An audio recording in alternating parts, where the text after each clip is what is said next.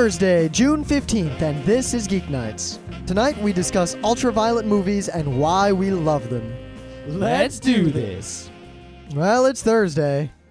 Hooray, I don't work tomorrow's gonna be bled, and then it's a weekend. Yep, I'll probably skip out of work early and get home and relax a little bit. I'll probably go to work late, maybe not even go, I'll probably go. Come home early, then Saturday is Anime Next. Yep, Anime Next, and our friend Katsu is coming out Friday night for Anime Next. Hooray. It looks like Sunday, nothing's going on, probably for the first time ever. So what are we gonna do on a day where nothing's going on? I am going to dick around in the house, catch up on a month's worth of stuff I've been neglecting, do a bunch of paperwork, and take a nap. I'm probably gonna do some sleeping. I'll probably do some reading, a lot of reading, all those books I got over there, not getting read. Maybe some video game that didn't get beat. I don't know. Not time to rearrange the furniture in my room yet. Yeah, you haven't even ordered your bookcase. I don't think I'm going to order it. I think I'm going to go down there and whatever next time I go that way and get one. You never go that way. We'll come back from that way on... Saturday at like midnight. No. Like on the 4th of July when we come back. We're not going to leave the shore over the 4th of July weekend at any reasonable hour. You know that. I think we will. Plus, Scott would be leaving on the 4th. There's no way the IKEA is open on the 4th of July. Ah, it's true. You didn't really think this through, did you? I could just go down there when we have a free weekend or something. Free weekend. I could go down there Sunday. It takes an hour to get there. I'll just go, whoop, get it, come back. Go nuts. I might. Even though I would have driven to Anime Next the day before and won't be in the mood for driving. I'll have to wait till another weekend with a free day. Oh, well. Anyway, we got some news. Now, this was huge news apparently, and it was on FARC as a news flash, and everyone's talking about it. But it's not really a big deal. Now, Bill Gates has announced that he is mostly done with Microsoft in that he is going to step down from many of his duties by next year, or 2 years from now. He stepped down from most of his duties a few years ago when he stopped being CEO, and he's now only chairman of the board. So now he's just getting rid of even more duties. Now, the thing is, Bill Gates has not had a lot of, really much of anything to do with what Microsoft does day to day for a long time. Yeah, Steve Ballmer and who's that other guy? Ray Ozzie. Ray Ozzie and the other guy, everyone forgets his name. Yeah, I forget his name. And Paul Allen, he hasn't had anything to do. He left Microsoft a long time ago with his mad monies. Yeah. He's the secret guy with all the monies who ran away. But the news is making such a big deal out of this, and it really isn't. It's not like suddenly Microsoft is going to become a good company or a more evil company or Vista's not going to suck or anything's going to change. Yeah, Bill Gates really hasn't done anything in a long time, at least nothing significant or really hands-on, and he's not going to. He's going to do even less. Even back in the day, he didn't really do so much technologically. It was more that he was very savvy on the business side. Yeah, even in the earliest days when Microsoft was in a, quote, garage, all he did was steal stuff from other people. He didn't actually do much. He could do things. He was very smart. Yeah. But he realized that wasn't... No. He realized that wasn't what he needed to do to get ahead. Yeah. The other thing about Bill Gates is that, from what he said a bunch of times, is that he has more money than he knows what to do with, obviously. And he wants to give it all away. But his problem is that it's not easy to give it away, because what if you give it away to someone who does something bad with it? So there's an easy answer to that. Give it to me. Exactly. Yeah, Bill Gates, if you listen to Geeknights, we could use some cash. Yeah, we sure could. You wouldn't even miss it. If you just made my student loan go away, just like 50 G's. With 50 G's, my car loan and my student loan would be gone. I would be set. Hell, if someone gave me 10 grand, I could make myself filthy rich with that. Yeah. I need 50 because 40 makes the debt go away. So. I wouldn't make the debt go away. I'd use that 10 grand to make more money. No, I would just do the 40 to make the debt go away and then the last 10 to make more money. You actually having 10 grand in cash is much more valuable than having 10 grand less of debt. No, I'm saying if I had 50 grand. If I had 50 I'd have grand, zero debt and no. 10 grand. Actually, that's a stupid investment because the student loans you have and all the debt you have, the interest on them is there, but it's not so bad. But having that much capital together is worth so much more money as an opportunity cost. Yeah, it depends what I'm going to do with it. Probably what I'm going to do is make some softwares and use the money to live while I make the software. And Wow, I would need- just invest in real estate and such. Nah. Or stocks. If I was going to invest in real estate, I'd want like $1 million so I could buy a whole bunch of houses. Well, no, you use the 50 grand as cash or a down payment, or you use that to help finance a loan. But then I need to keep my job. Nah, not really. You could also live off of it. Yeah. You just have to work on the other stuff full time. Yeah. I don't want to. The idea is to just be able to work on my own thing and live. Whatever. So, Netscape. You know, the browser that no one uses anymore, at least no one should be using anymore. Yeah, Netscape was good back when IE was version 2 and 3. And 3. As soon as IE 4 came out, that was the end of Netscape. Not just business-wise. There's a whole big story on the business end we won't get into. But software-wise, Netscape was dead as well. Since then, Netscape has pretty much been Mozilla re-skinned to be Netscape. So nowadays, of course, Netscape isn't Mozilla with a bunch of skins. It's Firefox with a bunch of skins. If you download the Netscape browser, it's the same thing as Firefox, only with a bunch of extensions and skins and all kinds of stuff to make it all Netscape-y and AOL-y. Yep, and 'Cause no one AOL uses owns Mozilla. Yeah, AOL owns Netscape now. And back in the day, they tried to take Netscape.com, since it used to be just a website for the browser, and turn it into a, quote, portal to compete with the likes of Yahoo, and who else was a portal back in the day? I don't remember. I didn't really go to portals. Lycos. Lycos is dead, isn't it? Yeah, I assume it is. All those old school sites that punk kids don't remember because they didn't use the internet in the 90s. And even back then, the people who used the portals were usually not the most savvy people. Yeah, the savvy people used the Alta Vistas and the web crawler. Yeah, or they just knew URLs. Web crawler wasn't that good, but it had a cute spider. Anyway, so AOL just redid Netscape.com recently, possibly even today. And the redo of Netscape.com is basically just a Digg clone. That's what they did, is they took Netscape.com and they put a clone of Digg on it. Except, of course, without the democracy and the freedom and the awesome. Yeah, well, there's obviously some stuff going on behind the scenes, changing votes, or maybe it's just shitty software running the site. But all it does... Shitty software from AOL? You think? That's a surprise. No. So, the story is that the way their thing works, on Digg, you just submit stories, and then if stories get enough digs, they go onto the front page. At this Netscape, the new Netscape.com seems to work, where instead of users submitting stories, it sort of scrapes the stories off of, the news wires. So it's as if Google News looked like Digg instead of looking like Google News. And of course, a bunch of AOL shit all over it. What happened today was that on Digg, there was a story about Netscape.com copying Digg, and it got dug a lot. People clicked on it, and it took them to Netscape.com. And Netscape.com, one of the sources for stories, is Digg.com. And people dug the story that Netscape.com took from Digg that was about Netscape.com copying Digg. And they dug it right to the top. Dig Dug. I don't know what. It's just hilarious. I tried to come up in my head with some sort of funny joke or thing where I'd say Dig Dug at the end and we'd both laugh, but I had nothing, so I just said Dig Dug. It's like if I wrote a news story about how Google is the worst company ever and Google News is evil, and then it got to the top of Google News. That's what it's like. Yeah. It's just awesome.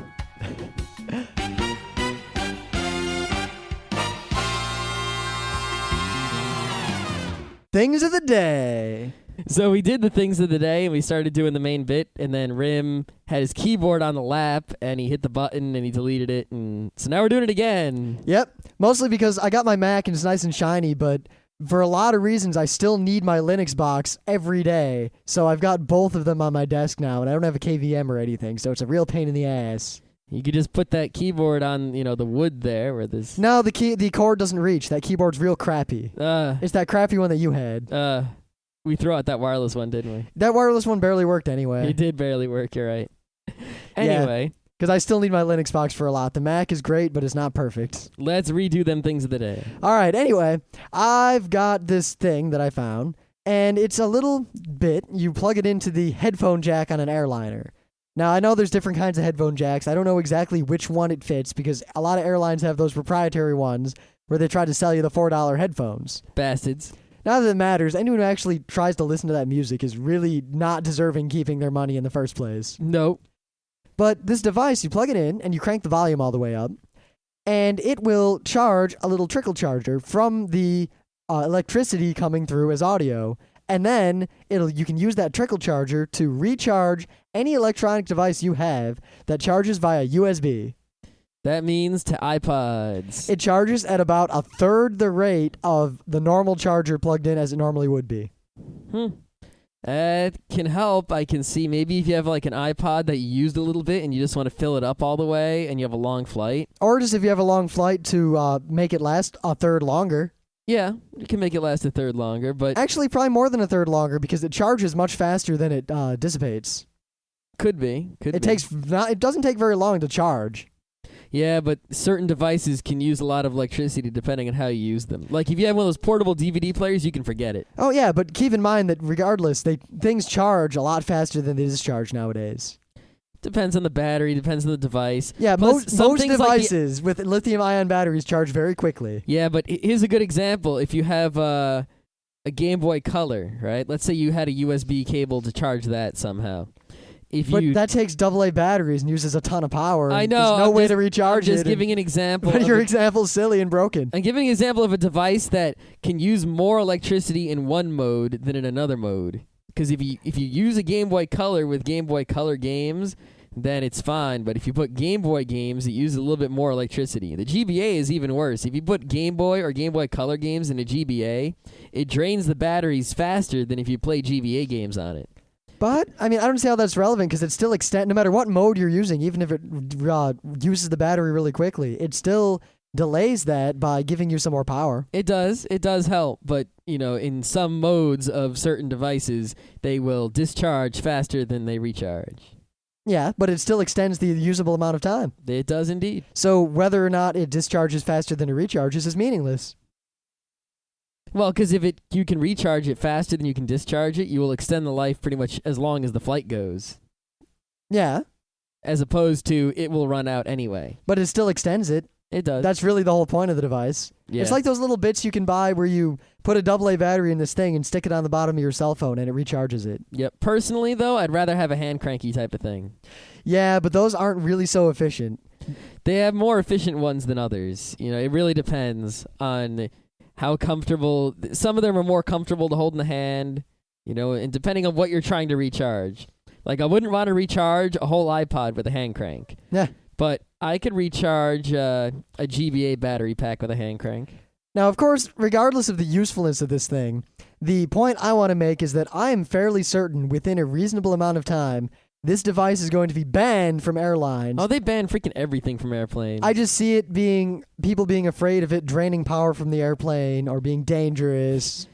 That's, first of all, it's not likely, but if I was in charge, it really depends how the device works. I mean, does it just take the analog audio signal and convert it into electricity? It's probably just a voltage differential and draws as much power as it can. Yeah, that might not be so good. But if it just takes the sound. You know what, though? And, honestly, when I flew to Raleigh for Animazement, there were just power outlets. Yep. They were just power outlets. I could have plugged anything into them if I wanted. Trains have those also. Yeah.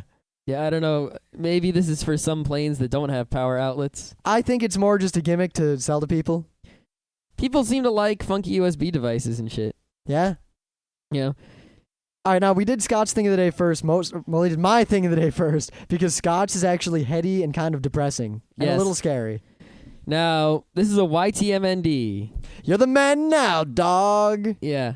But it's not a funny YTMND. In fact, it seems to bill itself as the unfunny YTMND. It's called The Unfunny Truth About Scientology. And now, the URL is theunfunnytruth.ytmnd.com. Now, I'd like to preface this by saying that we really, really don't like Scientologists. Really? I mean, we're opposed to a lot of people. I don't like stupid people.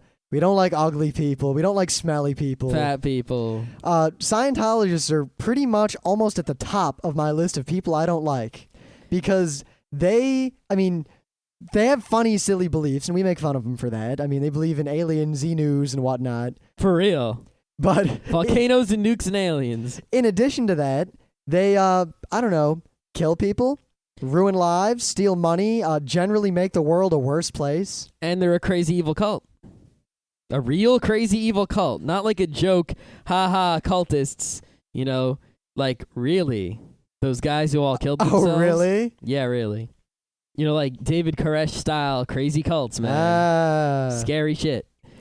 So this little YTMND will show you all of the major incidents of Scientology evil. There are plenty more. In fact, there are shit tons more. But these are the big ones. These are the ones that are either really kind of disturbing or really verifiable or just really graphic. Yep, or really famous. The ones that made the evening news. I mean, the really famous one, the Lisa McPherson case is here, which it was a clear-cut case where Scientologists effectively kidnapped a woman and starved her to death and then brought her back to a hospital after she died. Yep. I don't know why that was their mistake. Well, they got off because they have a lot of money and a lot of lawyers, and But they didn't get off in the civil suit. Well, we don't exactly know what happened in the civil suit. I think my guess is that the family wouldn't really care if people knew what the result of the civil suit was. Only Scientology would care. So I'm guessing the family got quite a bit because that's in Scientology made them force the concession that whatever they got would be secret. Yeah, I think it was just a settlement, so they probably just gave him a bunch of money to shut him up. Yeah, but it was probably plenty of monies. But Scientologists are evil, and they have done evil things. Some of them who aren't evil are just stupid, but stupid and evil are interchangeable in terms of effect. Yep, there are plenty of people who aren't in the people at the top of Scientology are evil.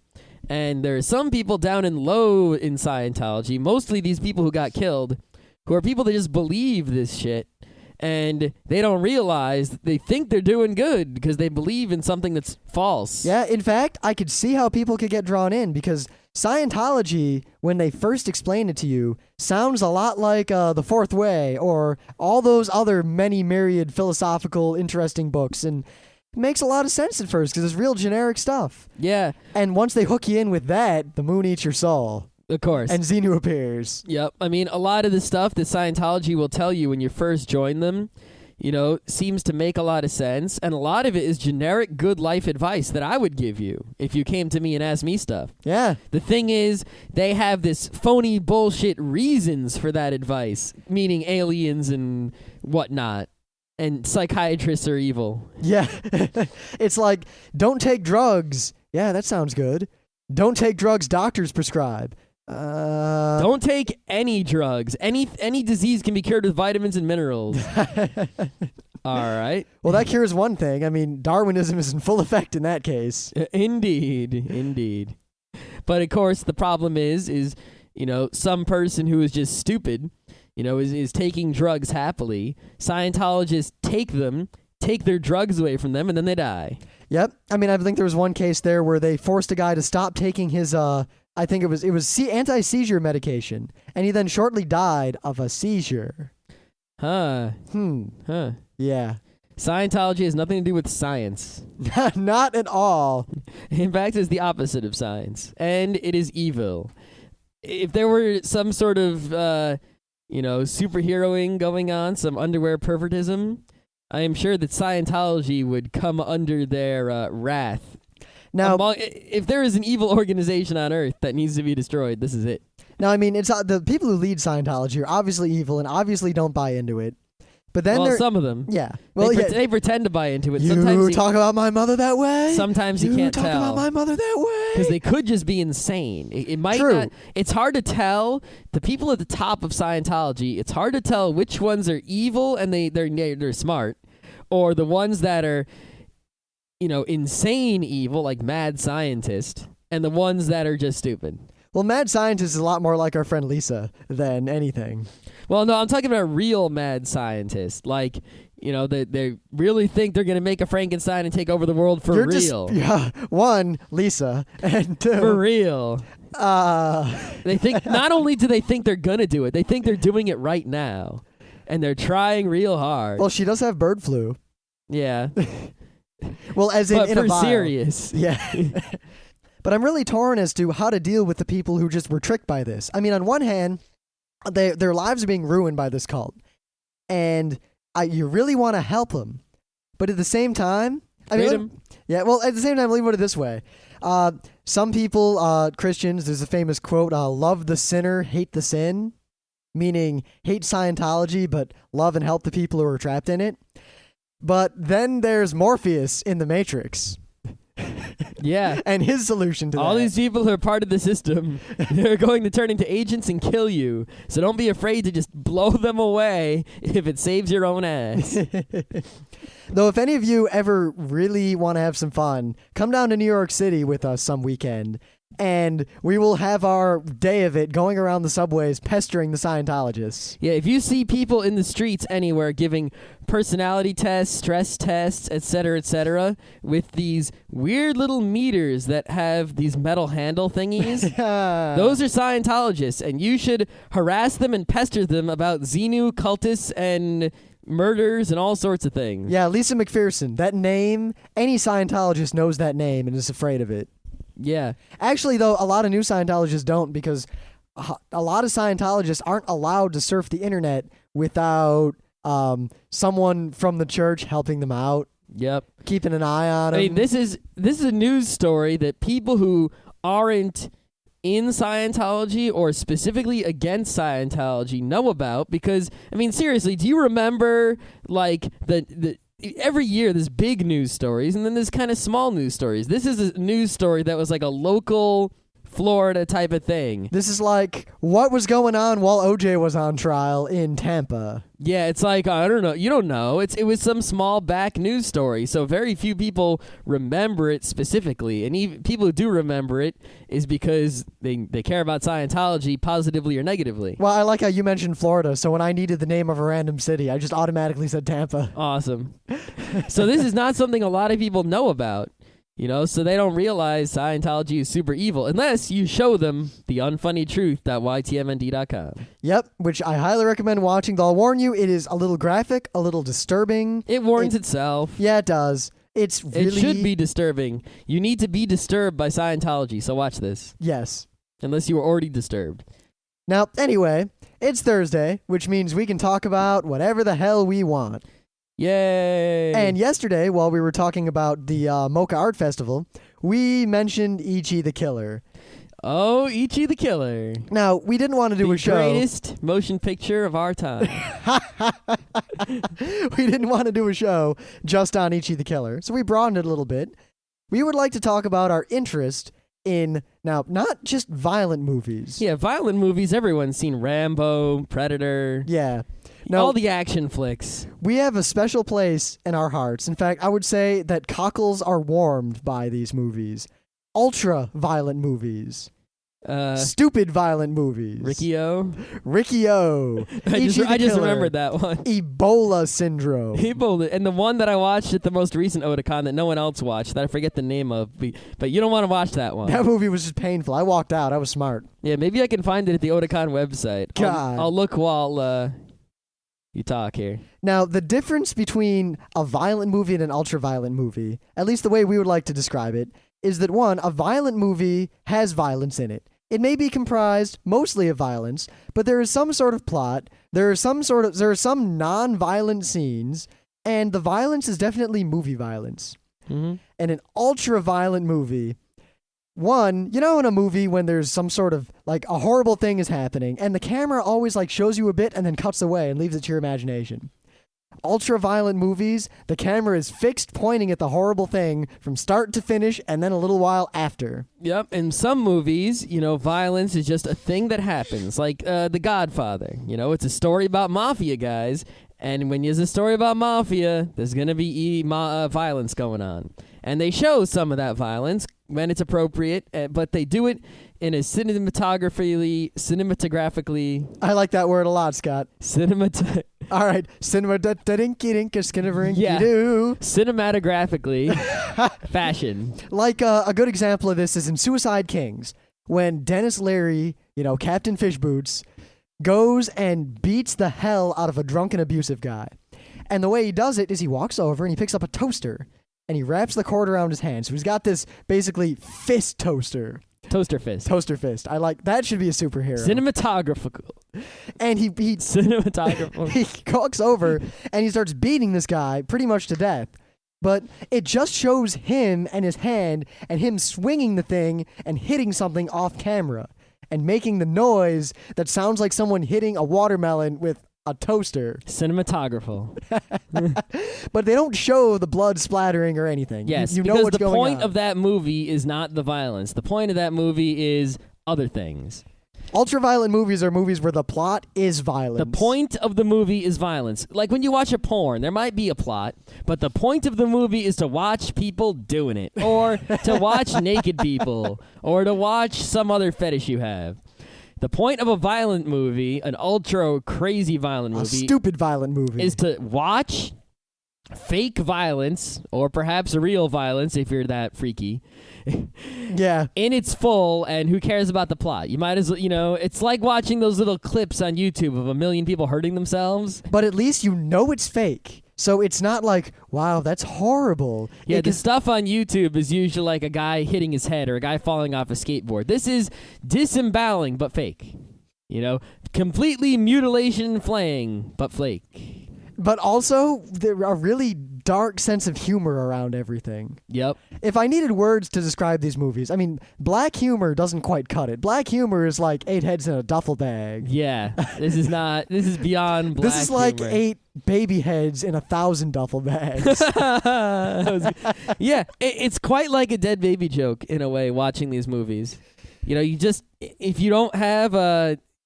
you have a weak stomach at all, you can't watch them. I mean, I consider myself a fairly jaded, cynical person. Oh, yeah. But when I saw Ichi the Killer for the first time, the full, unedited, real deal on a big screen. If it's cut, if the version of Ichi the Killer you watch is cut in any way, do not watch it.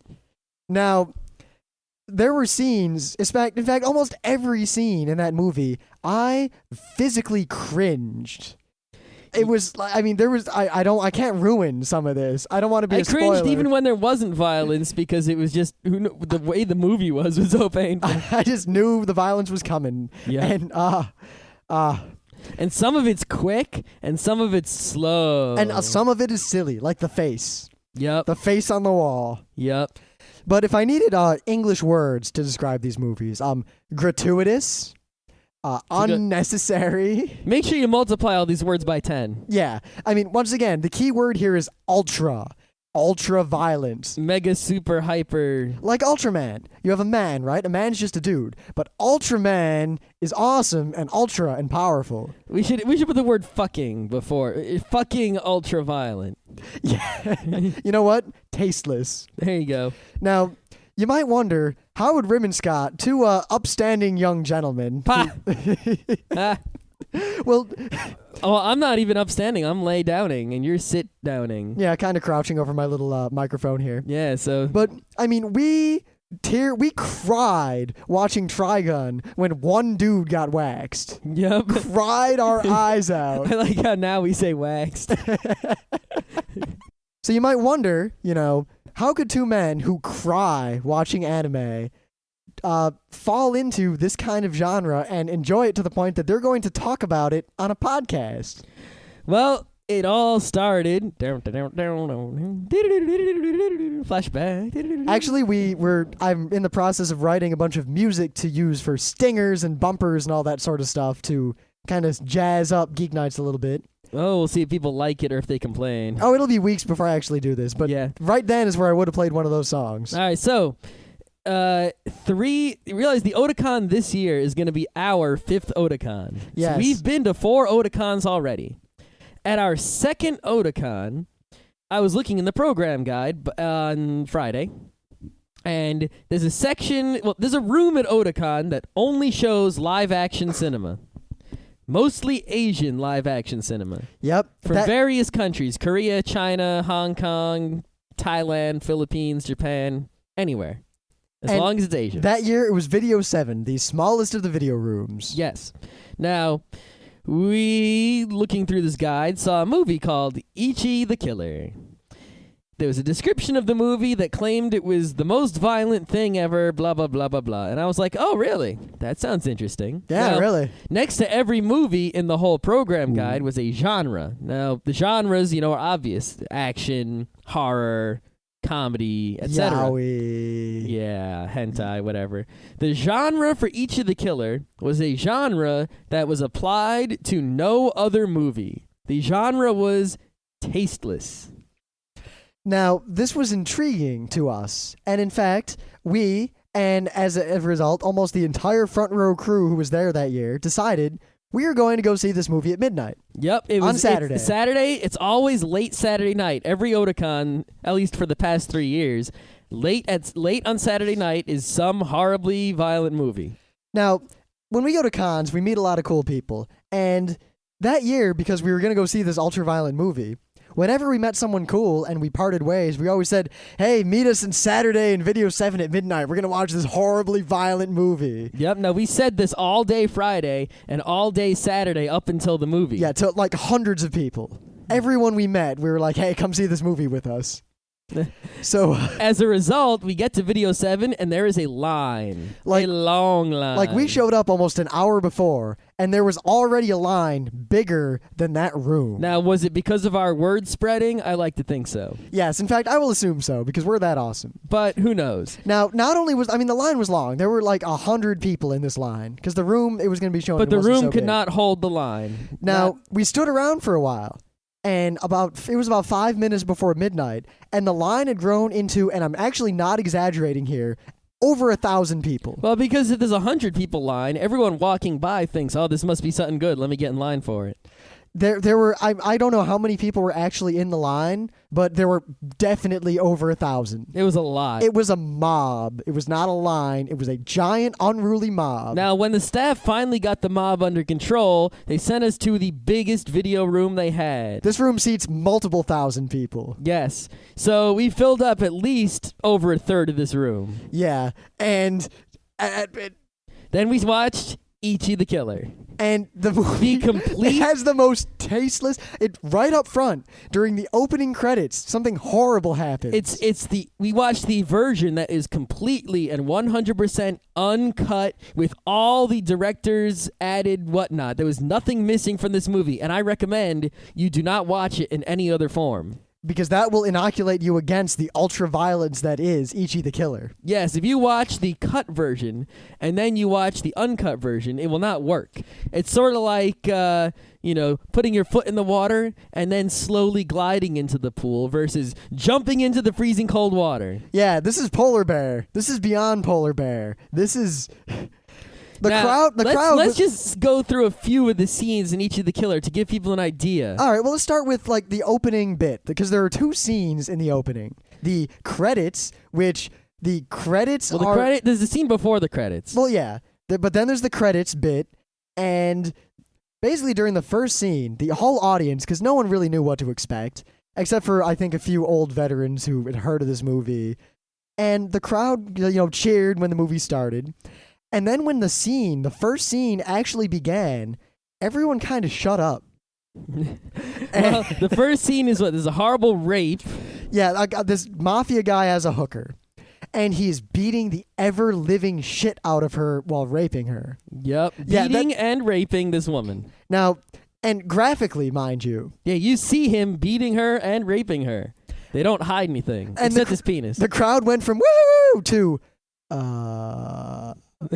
and then after about 5 minutes of this, the crowd went back to woo! Yeah, I mean, some people got up and left because they didn't realize they couldn't take it, and, that's granted that's going to happen. Yeah, I mean, the movie billed itself as the most violent, horrible movie ever. What did they expect? And it's fake, so you go in, you're seeing this because you want to see violence, and when you see the violence, if you're not cheering, you probably shouldn't watch it. Now you might just think, all right, so it's this short, violent scene. This scene is several minutes long.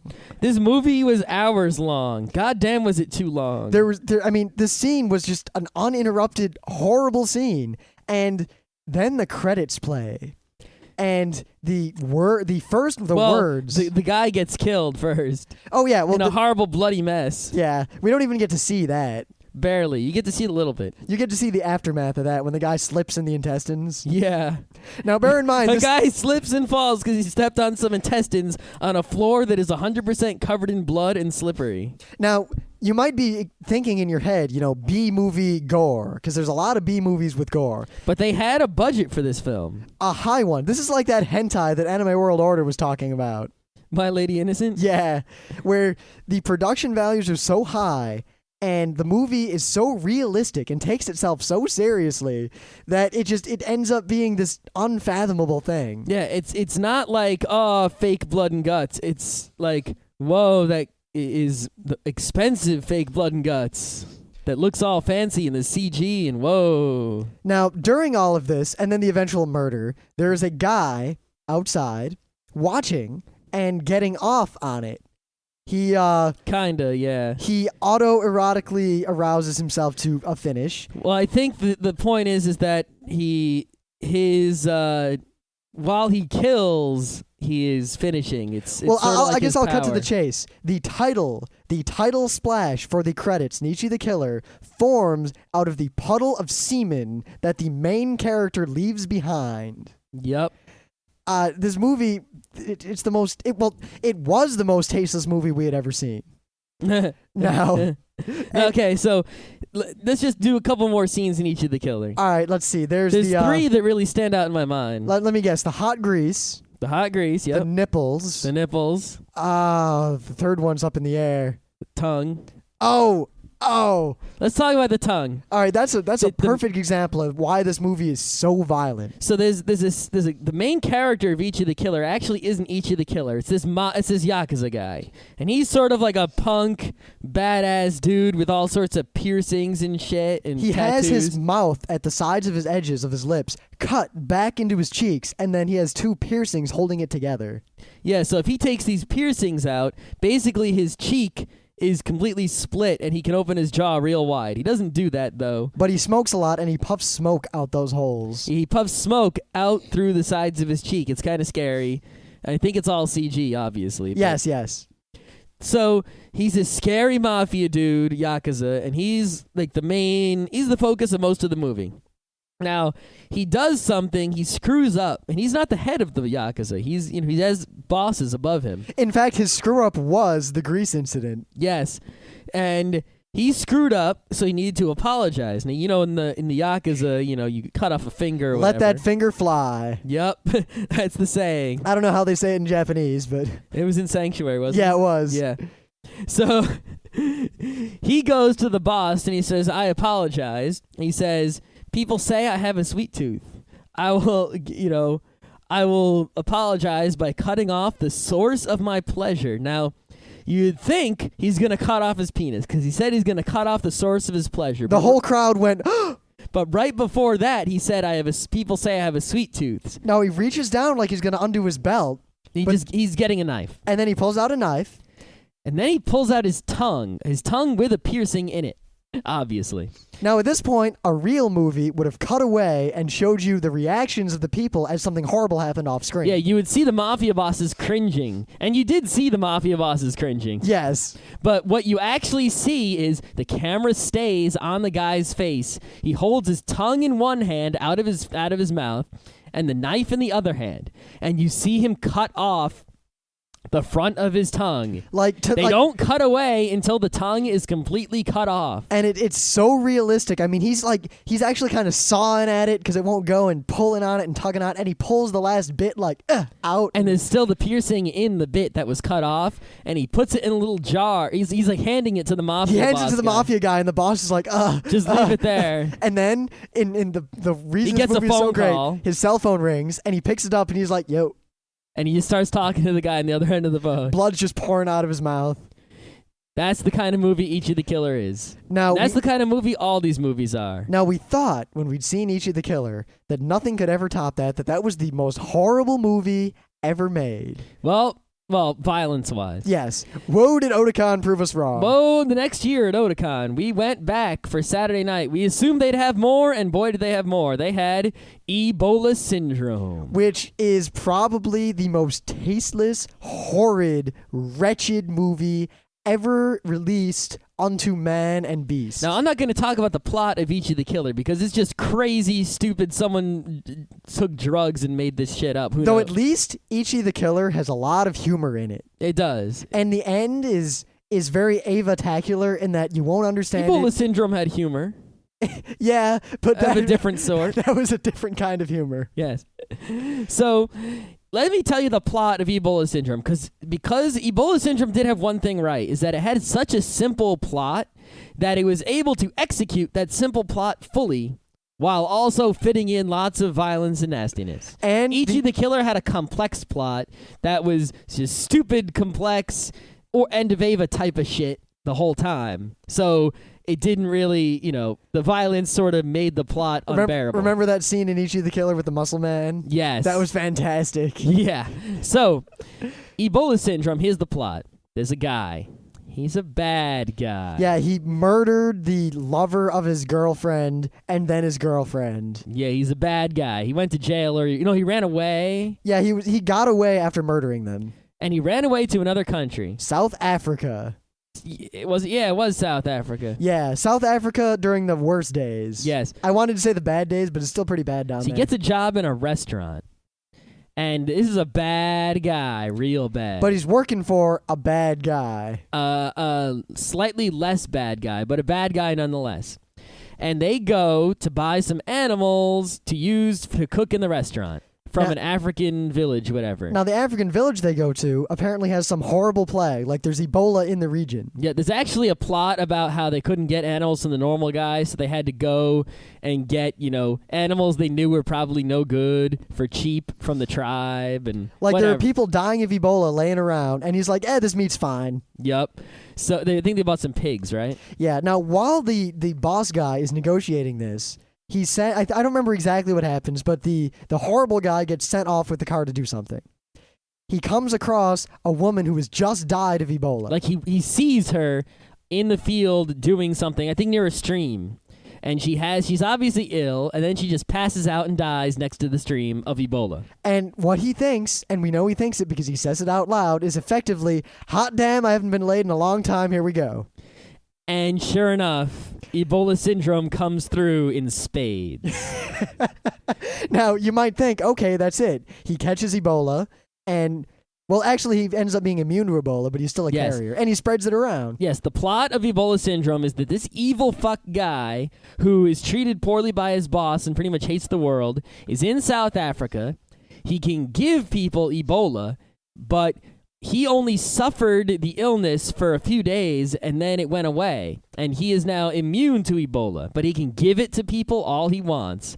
And he's going to run around giving it to people. Now, he ends up, for reasons I really don't want to bother explaining, killing people who have Ebola, or killing people, grinding them up, turning them into meat, and Specifically his boss and his boss's wife. and serving them at his restaurant as hamburgers. He gives them Ebola, he grinds them up, and he makes people burgers and serves them to the people in the restaurant. Now, it just gets worse from there. And surprisingly, the only scene in the movie that was really made the whole audience cringe, more so than everything else, was The useless rat. the useless, unrelated rat. At one point, there's a dead rat laying in the street. No, there's a living rat scampering about the street. I thought it was already dead. I don't remember. All I know is that they show a car running over. It's obviously a model, but Obviously. they show a car just run over it. And for some reason, the whole crowd was like, oh. It was like the movie was just horribly violent and whatnot with this crazy bad dude, people dying of Ebola, which isn't pretty. People getting chopped up, people getting raped, people getting killed, all kinds of nastiness. I think animals getting killed, whatever. But completely unrelated to the rest of the movie, there's just a scene of a rat getting run over by a car that has nothing to do with anything. There's no context. It's just random. And that scene elicited more empathy from the crowd than the rest of the movie combined. That's because it was random and it wasn't related. So, it's like if I show you a video of an animal scampering about the highway and then getting hit by a car, it's just like, oh. But if 5 minutes ago you saw that animal, biting someone and giving them rabies, you'd be like, it's completely different.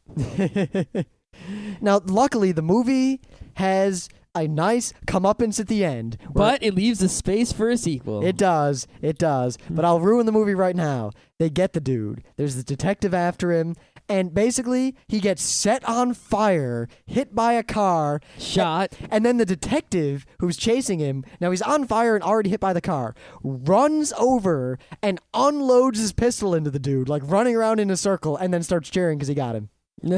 Yep. And then you see this team running around town cleaning up all the Ebola that this guy... Because basically, at the end of this movie, the guy was running and spitting at people because he would give them Ebola. And they were chasing him in biosuits and stuff. Yeah. Literally. So, they spray this poison shit everywhere he spit and cleaned up all the Ebola. I don't know why this movie had such an epilogue. Yeah. It really didn't need it. It really didn't need it at all, but they put it in there. The movie is just in bad taste. It is in the worst taste you can possibly have. I mean, if movies were food, then... This would be Microb. Ebola syndrome would be Microb. And Ichi the Killer would be Nato.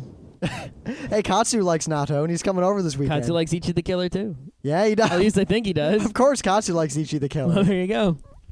He should like Ichi the Killer. Now, we didn't really have anywhere to go with this. We just really wanted to talk about violent movies. And these movies that we'd seen. It's an ode of contradiction. Last year, I was the only one who held out. It was a really bad movie, actually. It was horrible and violent, but it wasn't really that horrible and violent. Most of it was just dark and slow and boring. And it was real late and we were real tired. Yeah, I think the tiredness was a factor. It had some horrible violence in it, but it wasn't extreme and it wasn't in the high ratio that the previous movies were. But Yeah. I held out and watched. I don't even remember the name of it because it was so unmemorable. It was a sequel to something, too. Yeah, it was number 2. I couldn't tell you what happened. All I can tell you is there was some fat, ugly lady who couldn't get laid. But she was also a serial killer. And she was a serial killer, and she was a projectionist at a movie theater. And then crazy bat shit happens, and there's horrible violence at the end.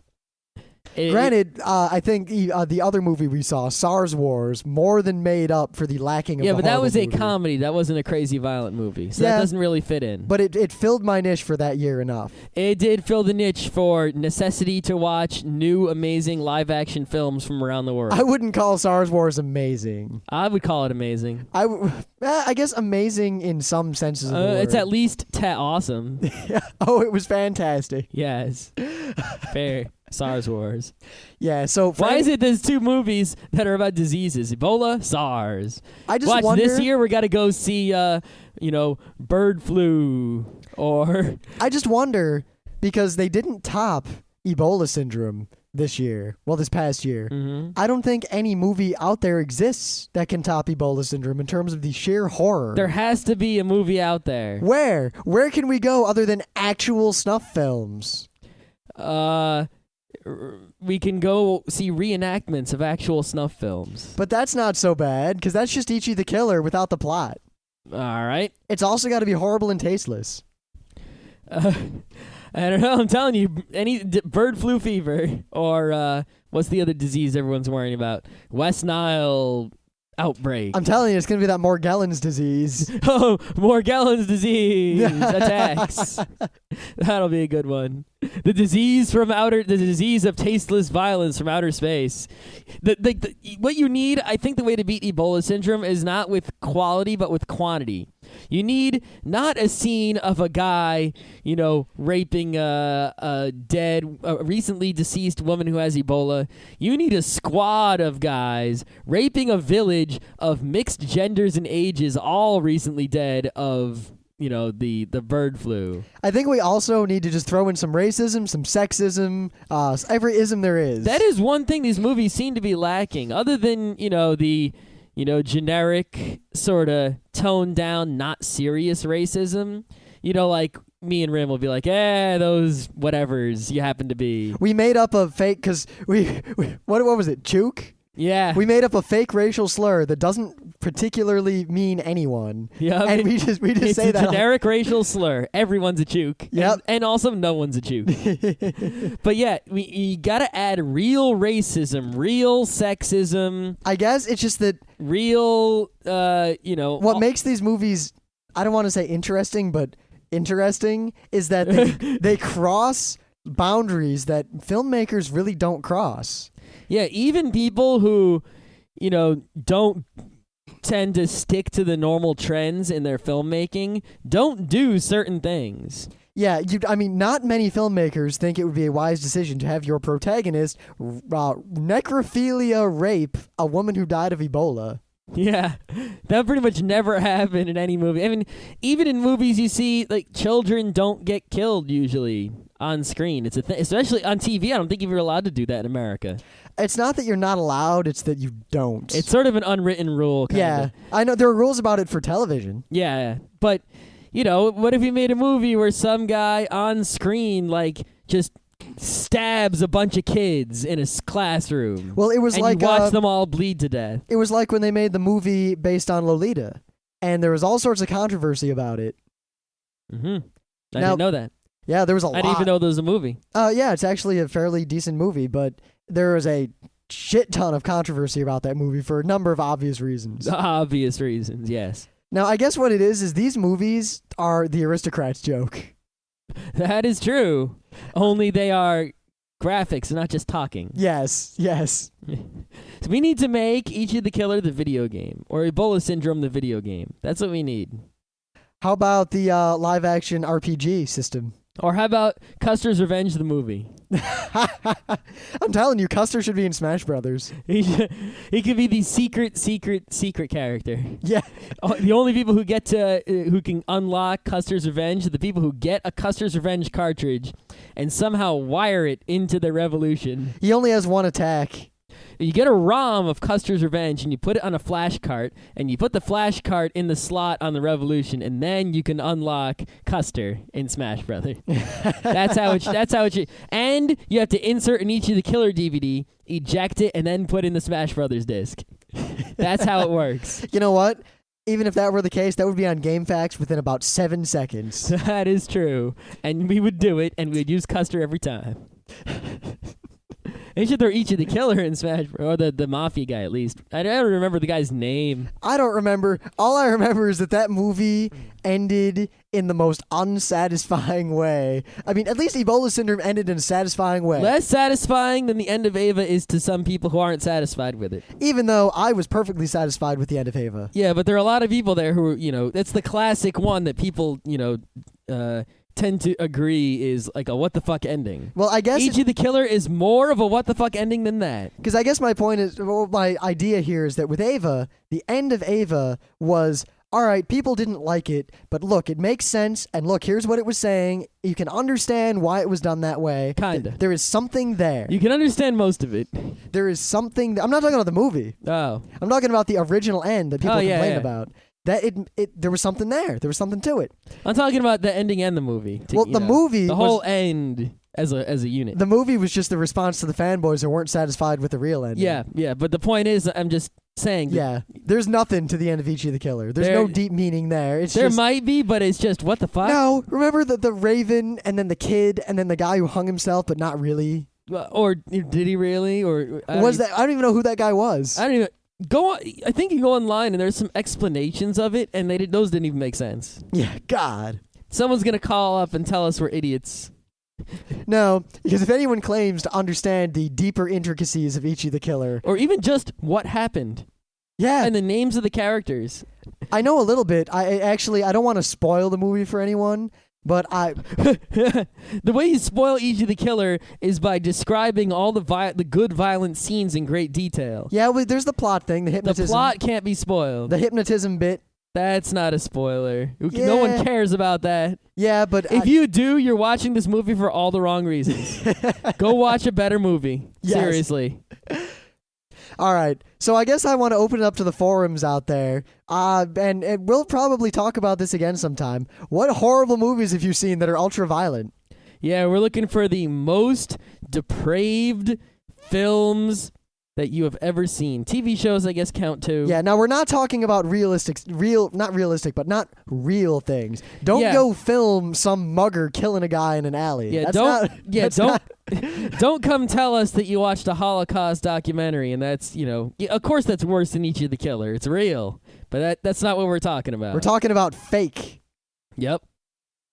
fake and horrendously violent. I don't think anyone out there can top Ichi the Killer and Ebola Syndrome. I don't think either. And, the only movies I can think of that come close are all the gory horror films, like the Jasons and the Freddys and the what are the other ones? Halloween. Halloween, yeah. Get Chucky, kinda. To Crypt Keeper, kinda. All those sorts of things. And the bad 80s horror movies. Oh, yeah. Those kinda. But that's that's super gory, make you want to barf scary. That's not super ultra violent for the sake of ultra violent. Yep. Because Hell, what's his face with the pins on the face?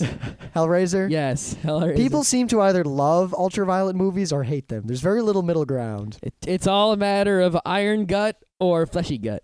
If your gut is fleshy, you will bargle. I mean, if your gut is iron, you will laugh mightily. Well, as Ichi the Killer went on, I remember periodically, there'd be a violent scene, and everyone, they got worse and worse as the movie went on. And after every violent scene, at least a couple people would get up and walk away in disgust. But even sometimes I'd be like, oh, yeah, that was cool, but oh. Yeah, the crowd was really schizophrenic because they'd yell and scream and cheer while Ichi, cut a person up into a million pieces. But then they'd stop and go, when they realize it looks disgusting and it's making me all queasy, but it was awesome.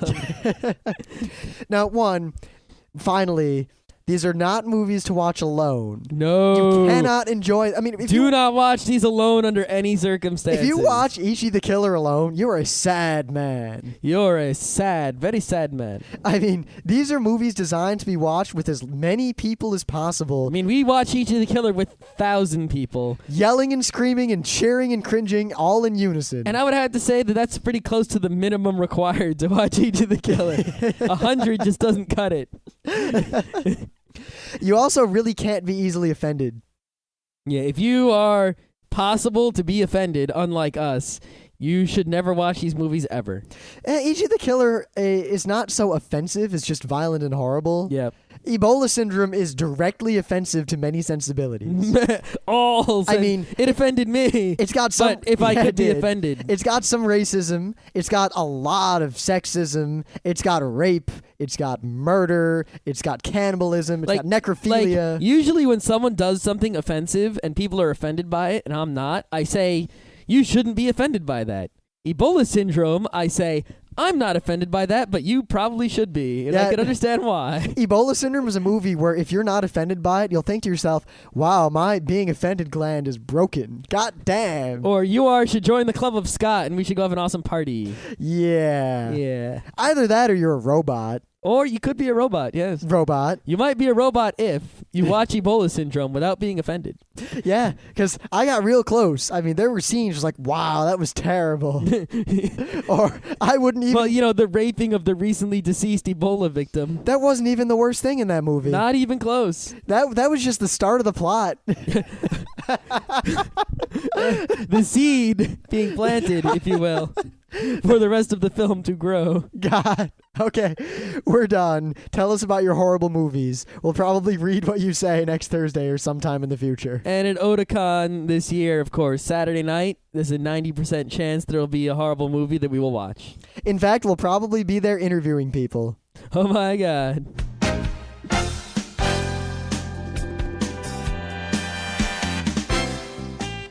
And that was Geeknights with Rim and Scott. Special thanks to DJ Pretzel for our opening theme. Be sure to visit our website at www.frontrowcrew.com. If you like our podcasts, you'll love our forums. Make sure you visit them. You can send your email feedback to geeknights@gmail.com. And if you want, you can leave us a voicemail at 206-333-1537. Geeknights airs every weeknight, Monday through Thursday. Geeknights is recorded with absolutely no studio and no audience. But unlike those other talk shows, it's actually recorded at night.